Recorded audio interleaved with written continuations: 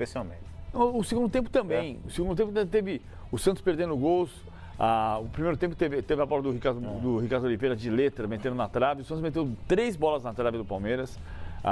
Teve mais posse de bola, mas o Palmeiras decidiu jogar sem a bola, recuou e tentou ter rapidez no contra-ataque. Curioso que tomou um gol, vou chamar aqui de contra-ataque, embora não seja exatamente o segundo gol do Palmeiras, uma arrancada do Roger Guedes, que no momento que o Santos não precisava se lançar como se lançou para tentar ganhar o jogo a todo custo. O fato é que o Santos perdeu o terceiro clássico em 3 que disputou. O Palmeiras quebrou um tabu de 6 anos sem vencer o Santos na Vila Belmiro, desde 2011, quando ganhou 1-0 o gol do Kleber Gladiador. E o Palmeiras agora está classificado matematicamente, enquanto é o único classificado matematicamente. 21 pontos, é a melhor campanha nesse momento do Campeonato Paulista. Enquanto o Santos tem que torcer pelo Palmeiras na quarta-feira, porque o Santos joga contra o São Bento fora, o Palmeiras recebe o Mirassol e a Ponte na terça-feira em frente ao Santo André. O Santos precisa que a Ponte e o Mirassol percam pontos, faltando 3 rodadas para acabar a primeira fase. O Santos corre risco de eliminação. Perfeito, então vamos começar o programa falando do time que venceu ontem de virada no finalzinho. Grande vitória do Verdão, quebrando o tabu desde 2011. Não vencia o Peixe na Vila Belmiro. E já a nossa enquete de hoje, que tem tudo a ver com esse jogo de ontem. Vamos às informações com o Jackson Pinheiro. Tudo bom, Jackson? Legal, João Guilherme, ótima tarde para você, meu caro, aos amigos ligados no Expediente Futebol. Que jogo, né? Que clássico emocionante esse Santos e Palmeiras, virada do Verdão em menos de 3 minutos no finalzinho da partida. Esse Palmeiras nesse início de temporada para cardíacos, né? A semana que começou no clássico, podemos dizer assim que a semana do Palmeiras começou no clássico de sábado passado, né? Naquele sábado contra o São Paulo, no meio de semana aquele jogo emocionante com o gol do Mina no finalzinho da partida contra o George Wilstermann e agora ontem a vitória no clássico de virada também nos minutos finais, o Palmeiras fechando uma sequência dificílima, uma sequência que dá muito mais fôlego para o Eduardo Batista, mais tranquilidade para ele trabalhar aqui, a torcida que vinha, né, chegou até mesmo em alguns jogos pedir a volta do Cuca. Fato é que o Eduardo Batista passa por essa sequência difícil do Palmeiras com 3 vitórias. Bom, ontem foi a tarde e noite, podemos dizer assim, de um velho herói palmeirense. Fernando Praz fez 8 defesas, dessas 8 defesas, 5 defesas muito difíceis, aos 38 anos. Hoje ele foi o primeiro a chegar aqui na academia de futebol, treinou e treinou muito enquanto os demais titulares ficaram na academia fazendo aquele trabalho de recuperação física, ou seja, a vida de goleiro não é fácil até para aqueles que já estão num patamar muito acima, até para aqueles que já são heróis nos seus clubes. Fernando Praz tem contrato com o Palmeiras até o final desta temporada, até o final de 2017, disse em entrevista coletiva aqui na academia de futebol, daqui a pouquinho a gente vai acompanhar um trecho, que volta a sonhar sim. Aliás, nunca deixou de sonhar com seleção brasileira, lembrando que ele chegou a ser convocado para as Olimpíadas do Rio 2016. Durante a preparação já com a seleção brasileira, teve uma lesão, ficou de fora, afastado dos gramados por 5, 6 meses, volta, começa 2017 com tudo e fala sim já também em seleção brasileira. Mas as prioridades dele neste momento é fazer uma boa temporada, conseguir a renovação de contrato com o Palmeiras e aí sim tentar convencer a comissão técnica do técnico Tite para que ele esteja na Copa de 2018, que seria um sonho para Fernando Praz. Vamos ouvir o goleiro palmeirense que falou mais cedo aqui na academia de futebol com a imprensa. Teve uma do Ricardo Oliveira no primeiro tempo que ela desviou no meu braço esquerdo, não sei se foi muito rápido o lance, não sei se deu para desviar a ponto de mudar a trajetória dela, ela bater na trave, mas eu senti que pegou aqui no antebraço, né? E depois no segundo tempo teve aquela defesa na cabeçada, né? E uma outra do Vitor Bueno, acho que o jogo estava parado, né? Mas acho que a da cabeçada de repente foi mais difícil porque foi a mais longe, né? Foi perto do pé da trave e ela ainda bateu no chão antes de chegar e o campo estava molhado. Acho que foi a mais difícil. Esse é o Fernando Praz, daqui a pouquinho a gente volta a falar sobre ele, porque é o seguinte, o Moisés, o meio-campo Moisés, estava até há pouco aqui na academia de futebol, ele está com uma proteção no joelho esquerdo, passou por uma cirurgia, o Moisés acompanhando e trabalhando também no dia a dia aqui na academia de futebol, trabalho de fisioterapia, né? Mas estava acompanhando os demais companheiros aqui na academia de futebol. Bom, o Mina, o Borja já estão com a seleção colombiana, o Guerra já está com a seleção venezuelana e o Dudu já está com a seleção brasileira. São esses 4 desfalques que o Palmeiras vai ter nos 3 próximos jogos do Campeonato Paulista. Contra o Mirassol, contra o Audax e contra a Ponte Preta. Contra a Ponte Preta, existe a possibilidade do Dudu, que está com a seleção brasileira vai fazer esse último jogo, né, pelas eliminatórias, aqui em São Paulo, no dia 28, não o último jogo das eliminatórias, né, dessa sequência, dessa data FIFA. E aí o jogo contra a Ponte Preta no dia 29 em Campinas, aqui pertinho. Se o Dudu, de repente, não jogar ou então entrar durante a partida, ele pode pintar, sim, entre os titulares, pode ficar à disposição do Eduardo Batista para o jogo contra a Macaca.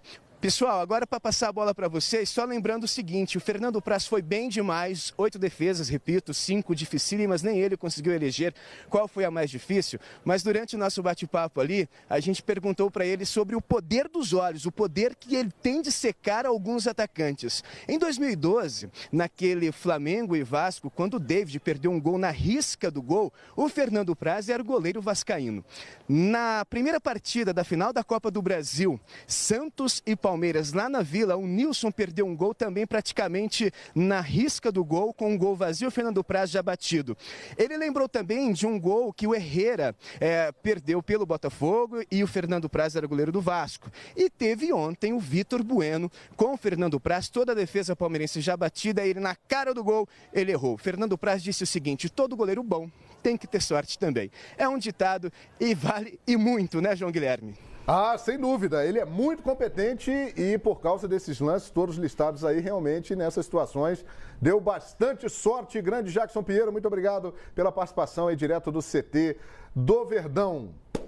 Praz, seleção, o que vocês acham? Eu acho que ele merece uma chance de voltar a ser convocado. Não acho que o Praz seja um goleiro para ser titular da seleção indiscutivelmente. Mas a seleção hoje não tem um goleiro indiscutível. Tanto que o Alisson é reserva da Roma nos jogos do Campeonato Italiano, é titular nos jogos da Liga Europa. Tem jogado bem quando joga. Uhum. Contra o Lyon foi muito bem. A gente mostrou aqui. Média de gols dele sofridos nesse ano, a média é maior do que a do Szczęsny, da Roma, goleiro titular no Campeonato Italiano. Mas ele tem feito boas atuações quando joga. Não acho que o Praz tem que ser o goleiro para ser titular absoluto. Só que o Praz saiu da seleção olímpica, não a principal, por causa de uma lesão que criou uma comoção, talvez não seja a palavra exata, mas criou um sentimento grande de muita gente que olhou para ele, que azar que ele deu. E ele prometeu que ia voltar mais cedo e ia voltar em alto nível. Ele voltou antes do que muita gente imaginava e voltou em um excelente nível. Voltar para ter uma chance a mais, acho justo. Aliás, uma parte aqui, eu não sabia que esse Vladimir, reserva do Vanderlei, é tão bom, hein? Bom goleiro, mas falhou no gol. Falhou no gol, mas a atuação dele foi muito boa. Ele foi muito bem, mas falhou no primeiro gol. E ele já tinha ido bem contra o Sporting Cristal na Libertadores, que nós mostramos aqui também no Fox Sports. Eu acho que tem muitos goleiros aí que estão pedindo passagem, pelo menos nessa linha do PVC, para ser observado. Uhum. Por exemplo, você lembrou o Vladimir, mas desde o ano passado, agora não dá para falar pelo presente, né? Porque está lesionado. Uhum. Mas o titular do Santos, o Vanderlei, fez uma baita temporada em 2016. Um grande goleiro também, é verdade. Quer dizer, nessa linha aí de ser observado e ser experimentado, ele poderia também estar numa condição parecida. Claro, o Fernando Praz ontem teve uma grande atuação, só que a gente lembra que quando ele deixou a seleção olímpica, chegou o Everton, que agarrou a vaga. Né? E hoje, na Libertadores, é um dos principais jogadores do Atlético Paranaense. Na vitória sobre o São Lourenço, o que pegou o Everton foi brincadeira. É um grande goleiro. Hoje, aqui no futebol brasileiro, eu acho que na cadeira do Everton está muito bem servido. O Everton, por enquanto, não está fazendo nada de errado para que ele possa ser desconvocado. Uhum. né? Aí tem esse menino que vai ser experimentado agora, do Benfica, o Ederson, que a gente tem que ver. Que também é muito bom porque goleiro. se fala maravilhas dele bom lá na Europa. Eu não conheço, sinceramente, não tenho acompanhado ele lá em Portugal. O Tafarel acompanhou. Botou o Júlio César no banco. Tá assinando Júlio embaixo. César reserva. E o outro goleiro é o Alisson, que já há algum tempo, desde a era Dunga, se firmou. Claro, eu tô com o PVC. Eu acho que hoje não tem uma unanimidade no gol da seleção brasileira. Por isso que eu acho que é válido, sim, esse rodízio para observações. Mas se a gente for incluir o Fernando Praz, a gente tem que trazer a reboque mais uns 3, 4 aí. Pois é. Tem o Diego Alves também, que não é chamado, que está arrebentando lá no Valência. O que não falta é goleiro, pro Tafarel observar e dar um toque lá para o Tite. Mas você colocaria o Fernando Praz já numa lista futura aí de seleção, Edmundo? Eu acho que o jogador como o Fernando Praz, da categoria dele, da idade dele, levá-lo por levar, eu não acho que é o mais correto. Acho que ele tem que ir para jogar, como ia acontecer nas Olimpíadas. Infelizmente, ele se machucou, o Everton foi, deu conta do recado, o Brasil foi campeão e ocupou aquela vaga. Eu acho que nós temos grandes goleiros, grandes jovens, bons goleiros. Tem o pessoal mais velho também, o Cássio, o Fábio, enfim, outros tantos que também aguardam por mais uma oportunidade. Enfim, só que a gente está falando aqui devido à boa atuação dele na partida de ontem e nas últimas partidas em que o Palmeiras vem ganhando. O Tite tem que pensar a médio e longo prazo. Ele tem que ter um time para os jogos da eliminatória e também pensar na Copa de 2018. Na Copa de 2018, o Fernando Praz vai ter uma idade alta, já cerca de 39 para 40 anos, não é isso? Ele já está com 38. Daqui a 1 ano e 3 meses. Então, e a gente não sabe se ele vai manter o mesmo nível de hoje. Então, assim, é que ele é uma figura muito querida. E por ter saltado, né, por ter ficado fora das Olimpíadas, a gente acha que ele merece uma convocação como prêmio. E aí a atuação dele ontem coroa tudo isso. Mas eu acho que o trabalho do Tite, ele é mais médio e longo prazo. Ele está observando goleiros que ele vai utilizar na Copa do Mundo. E aí eu acho que tem alguns goleiros que estão à frente do Fernando Praz. A gente tem um time só de goleiros, né? É verdade. Não é não? Ô, João, e lembra qual foi a minha preferência de enquete quando eu cheguei aqui? Qual foi a defesa mais bonita de ontem, dos dois clássicos? Não, já citamos 8 do Fernando Praz. O Gatito paraguaio e o Martins Silva uruguaio deram um show. Aliás, o Martins Silva pode jogar contra o Brasil. Vai jogar. Os caras deram um show no Clássico Carioca. E na dupla de goleiros de São Paulo foi um espetáculo, João. Foi um espetáculo de grande defesa, um espetáculo de gols perdidos, daqueles que a gente pode dizer, mas dá para fazer, mas os goleiros foram sensacionais. E eu caminho nessa ótica do Edmundo. Eu acho que o Paulo, é lógico, e o Calheiros também tem uma percepção boa da história, né? Pode estar na lista? Lógico que pode, né? Assim como a gente falava do e teve a chance. Mas se você pensar no passado bem recente, o Jailson terminou a temporada voando no Palmeiras. É verdade. Acabou invicto. Foi campeão brasileiro invicto já. Entendeu? E aí voltou, todo mundo falou assim, mas vai voltar o Fernando Praz pelo nome. E na época eu questionava, mas o Jailson está mandando no jogo do Palmeiras. Não voltou só pelo nome, lógico que não voltou. Hierarquia é posto, a gente sabe disso, o vestiário pesa muito. Mas voltou exatamente por isso, né? Ontem foi jogo, na Vila já estava hoje lá batalhando, treinando e dando entrevista. Exatamente essa é a consequência do resultado do Fernando Praz. Pode estar no grupo? Pode. Mas não acho que seja o momento para chegar lá e pensar ele e colocar como titular da seleção. Tem chance de ser convocado? Também tem, mas essa lista é grande. Tem muita gente circulando aí na grande área embaixo dos paus ali. Ô, João, a gente repara, a gente analisa o futebol paulista. E olha só, o Santos tem 2 baita goleiros. É verdade. O Vanderlei e o Vladimir. O Corinthians tem o Cássio e o Walter. O Palmeiras tem, muito bem lembrado pelo Paulo Lima aqui, o Jailson, que no ano passado terminou fechando o gol. E o Fernando Praz. E o São Paulo está procurando um goleiro ainda, São Paulo. Podia pegar um reserva desse de repente. Qualquer um. Joga pro alto e escolhe que é titular do São Paulo. O Renan é bom, Pascoal? O Renan Ribeiro? Não, mas no nível desses aí... Ele apareceu bem no sábado. Ele apareceu no sábado, o Renan se virou. Se virou mais que charuto em boca de bêbado. A bola ia lá e vou dizer um negócio pra você. Não foi assim. Dos que eu vi jogar no São Paulo nessa temporada, foi o único goleiro que fez defesa difícil. Foi o único goleiro que pegou a impossível. Então, eu acho que se ele pegou as impossíveis, e ele pegou pelo menos 3, uma que foi lá em cima, que a bola ia entrar, não tinha, ele foi lá e tirou. Eu acho que o São Paulo parece que arrumou um goleiro. Parece que o Renan vai ficar com essa vaga. Agora, quanto ao Fernando Praz, é um baita goleiro, não é um goleiro, ele é um baita goleiro. Palmeiras tinha um santo e tem agora um cara canonizado. É só lembrar, o Fernando Praz, no título da Copa do Brasil, pegou tudo e fez o gol do título, na cobrança de pênalti. Então ele é um cara canonizado. Não é santo porque santo é o Marcos, mas ele é um cara canonizado. Se não for para jogar, Fernando Praz, você vai jogar a eliminatória da Copa do Mundo. Se não for para jogar, não convoca. Tem outros para convocar. Para jogar, pode levar o Fernando Praz. Esse negócio, porque goleiro é posição de confiança. E parece que o treinador de goleiro da seleção brasileira pegou um pouco também, né? E pegou um pouquinho, que era Tafarel. Então, se ele sabe o que é jogar no gol, acho que estamos bem entregues nessa hora. E outra coisa, quarta-feira, o Brasil vai, no meio de semana, quinta-feira, o Brasil vai definir a sua classificação nas eliminatórias da Copa do Mundo. E a partir daí, claro que vai ter o jogo no dia 28, não dá para mudar a convocação. Mas a partir da próxima convocação, o Tite pode começar a olhar para frente, olhar para a Copa do Mundo, definindo a classificação do Brasil na próxima quinta-feira.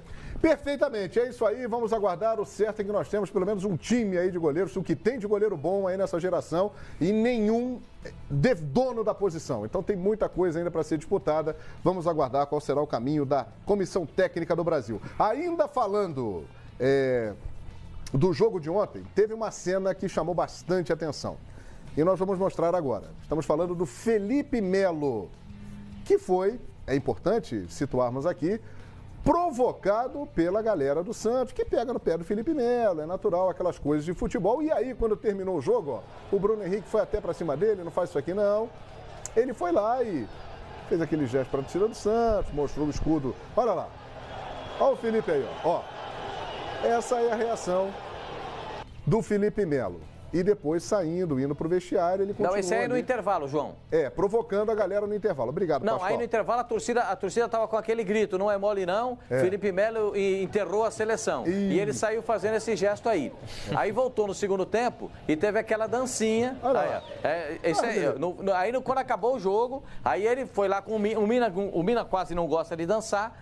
Aí eles fizeram aquela brincadeira. Olha lá. Isso aí é o final do jogo. Aí, dá uma olhada. Aí. Que maravilha. Então é o seguinte...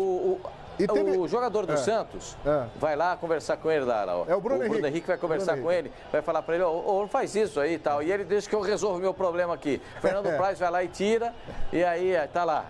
Olha lá. E a declaração dele também foi muito assim, bem expressiva. Nós vamos mostrar aqui, Pascoal, nós vamos mostrar aqui exatamente isso. A gente vai transcrever aqui, mostrar para você, abrindo aspas, o que disse o Felipe Melo antes da gente lançar a nossa enquete. Podemos mostrar aí, produção?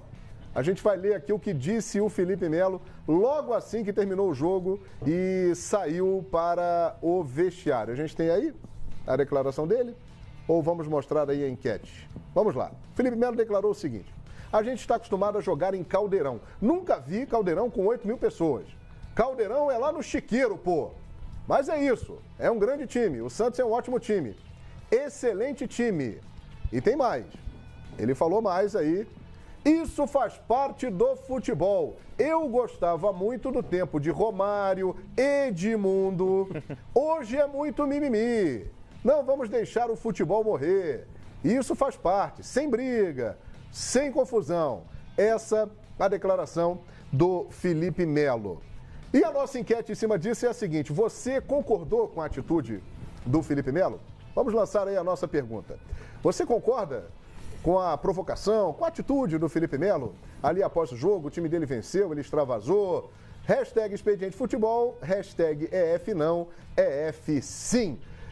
Edmundo, ele falou de você aí. Eu fiquei lisonjeado. Eu acho que ele trouxe um pouco mais de alegria para o futebol brasileiro. Acho que a gente precisava um pouquinho desse folclore. E eu tô com ele nessa. Tem muito mimimi no futebol.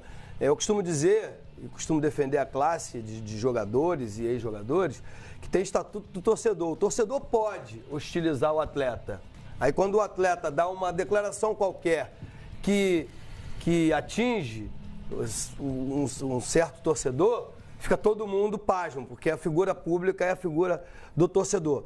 Enquanto não houver violência, enquanto for verbal, eu acho super válido. Eu acho que quando você ganha, comemora.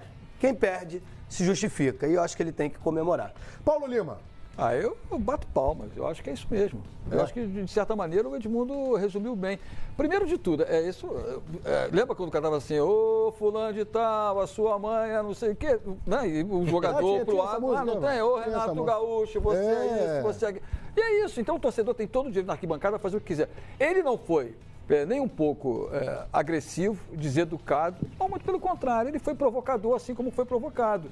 Eu não vejo nenhum tipo de problema não, João, eu acho que faz parte, ele citou aí o Romário, citou o Edmundo e tantos outros. Quem não lembra do Viola fazendo gozação, quem não lembra do Vampeta, e aqui no passado citei o Renato Gaúcho, entendeu? Túlio Maravilha, boa. A gente vai lembrando de personagens... O Romário fazia gol e mandava a torcida ficar calada. Não, mas, João, tem várias entrevistas, e isso... enche estádio.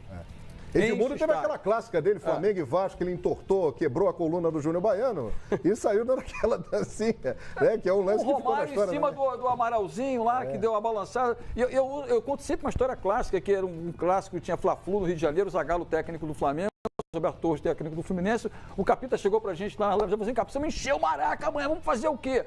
Aí alguém falou assim, diz que a bola do time do Zagallo é pequenininha. Ele falou, ótima ideia. Ele foi lá dentro, pegou uma linha, botou uma bolinha de papel, uma roupa e falou, aí Zagallo, seu time joga essa bolinha aqui. Começou aí 150 mil torcedores de Maraca. Fizeram uma fumaça lá. Exatamente, pô. E aí o que tem? Provocou o Flamengo? Foi desrespeitoso com o velho Mário Jorge Lobo Zagallo? Não foi. Provocou a torcida do Flamengo? Provocou. Ele está mais calmo também, né? Quando chegou aqui, o pavio dele estava acendendo muito mais pólvora, né? Ele agora deu uma diminuída. Eu achei legal, João. Eu acho também. Eu achei legal. Eu não vi problema nenhum também. Eu acho que pra cá... Isso aí é ótimo. Isso aí é muito legal. Isso aí é ótimo. É comemoração de quem ganha, faltando 4 minutos pra acabar. Olha só, eu acho o seguinte, já diria a minha vozinha, que a gente estava falando dela hoje mais cedo, né? Pra cada ação... tem uma reação, né? Sim, enfim, igual ao contrário. Não vi nada demais também na torcida do Santos e pegar no pé do Felipe Melo ali na saída do intervalo. É normal, isso pode acontecer em qualquer estádio de futebol.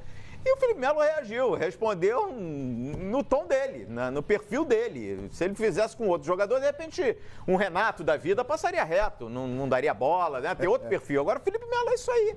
O Renato do Santos. O Renato do Santos. Agora, a gente lembra que ontem foi um clássico de torcida única, não é isso? Clássico de torcida única. Não tinha torcida do Palmeiras. O Palmeiras conseguiu uma virada sensacional num grande jogo que a gente destacou aqui. Ninguém imaginava, né, Calil? Ninguém imaginava. Quer dizer, o jogador, ele tem que extravasar de alguma forma. Ele tem que comemorar esse baita resultado. O Palmeiras não ganhava do Santos na Vila desde 2011. Conseguiu derrubar o tabu e conseguiu consolidar a melhor campanha no Campeonato Paulista. Quer dizer que vai acabar o jogo, então, vai todo mundo dar a mão, que nem os jogadores de 94 entravam em campo, e iam sair todo mundo de mão dada. Tem que comemorar mesmo, tem que extravasar. Se teve provocação, tem que devolver a provocação com respeito e sem confusão, como disse o próprio Felipe Melo. O Felipe Melo, uma barata ali. Agora, eu acho que o Edmundo tocou num ponto muito importante. Desde que não haja violência e incitação à violência, eu não sei, algumas pessoas interpretaram isso como falta de respeito ao Santos e também como uma incitação à violência. Eu confesso que não vi dessa forma. O que você acha, PVC? Não foi incitação à violência. Ele está comemorando. Se tivesse dado problema, talvez a gente pudesse até conversar sobre, em função do problema do Felipe Melo, aconteceu briga lá fora. Não tinha outra torcida para ter briga. Claro. Então, não aconteceu nada. A única coisa é essa aqui. Aliás, teve briga da torcida do Santos com a polícia. Sim. Torcida única. Ou seja, torcida única. Mas são sempre os mesmos, João. Só para Paulo, permita-me, por favor, só para pontuar isso que disse o João. São sempre os mesmos. Os mesmos que quebraram as vidraças depois do jogo contra o São Paulo, os mesmos que intimidaram o Lucas Lima, os mesmos que intimidaram o Zeca, os mesmos que ofenderam o treinador do Santos. Parece tudo muito orquestrado. Esse ano tem eleição no Santos e eles estão fazendo a lição direitinho. Deu para entender como é que é? Parece tudo muito orquestrado. Eles foram tentar invadir o estádio pelo portão da frente da Vila Belmiro e a polícia, com bombas de efeito moral, com bombas de gás lacrimogêneo e depois com a cavalaria, conseguiu dispersar esse pessoal. Assim, a única coisa dele é assim, no caso do Felipe Melo, ele se garante, então beleza. Ele se garante. É isso aí. E cá entre nós também. Vovó também dizia. Vovó dizia. Quem procura, essa acha. alegria. Quem procura, Exatamente. acha. O torcedor do Santos, que está no direito dele, pega no pé do jogador, provocou, mas aí vem o troco. O cara foi lá e O tirou a Simon onda falou dele, ontem aqui na última palavra que a banca que paga também recebe. Pois é isso. E é Imagine você verdade. ficar ouvindo 8 mil pessoas enchendo a sua paciência, gritando o tempo todo. Ô, João, e o ponto que é crucial na história é a virada. Na virada. A virada na casa de... Olha, o Santos esse ano perdeu pro São Paulo também, acabou o tabu. É verdade. Perdeu os 3 jogos, os 3 clássicos. Entendeu? É verdade. Acabou o tabu. E aí a virada, ela é sensacional. E você vê virada naquilo que eu preservo, que eu gosto de falar e que eu enalteço. O talento, né? A jogada do Roger Guedes é puro talento. Dá um tapa nela, o lateral fica procurando a bola onde é que ela tá. No tempo que ele já perdeu para virar, o Santos já está com a defesa desarrumada e o gol está saindo. Então, ou seja, é uma percepção de quem, pô, passa 85 minutos perdendo o jogo. Pô, faltando 5 para acabar a virar. Eu vou extravasar. É isso aí. É isso aí. Demais, não. E vida que queremos saber se você concorda com a nossa opinião aqui, né? É porque... Ô, Pascoal, você já falou? Você deu a sua opinião aí? Já, eu não acho nada demais, não. Não acha nada demais? Vou falar pra você, o que o Edmundo já fez, o que o Viola já fez, o que a gente já viu do Túlio, o que a gente já viu do Romário. Isso aí é café pequeno, é que as pessoas pensam que o mundo começou quarta-feira passada. Mas não começou, não. O futebol já teve muita provocação e era muito legal, que ninguém levava pra agressão, pra violência. Hoje, qualquer coisa que você fala vira mimimi, um quer agredir o outro, um jogador quer bater no outro. Isso é besteira, isso é só extravasar. E com a bola rolando, só teve um lance ali, que foi do Felipe Melo no Lucas Lima. Mas também que não é também pra gente, meu Deus, olha a entrada do Felipe Melo. Isso acontece no Campeonato Gaúcho, no Campeonato Mineiro, no Campeonato Carioca. Ele foi punido, ele tomou cartão, pronto, segue o jogo. Não adianta ficar, olha o que o Felipe Melo fez e repetindo 64 vezes o mesmo lance. Ele tentou interceptar uma jogada, um jogador com muita qualidade como é o Lucas Lima. Tudo bem, eu acho que ele exagerou na força, mas também não é pra fazer um drama e uma novela. Jogador de muita qualidade, né? Então vamos ouvir e ver agora um jogador de muita qualidade. Vamos, olha lá, joga muito. Esse joga demais. Alessandro tá falando ao vivo lá no Beira-Rio. Tá junto do volante, do nosso primeiro volante. Tu não pode ficar desligado ou ficar lá na frente porque tu mata teus companheiros, então tem que fechar o espaço. Acho que eu tomo isso como mais um acréscimo na minha carreira, no meu momento agora, no clube. E volto a repetir, se o treinador precisar de mim, vou fazer. De repente,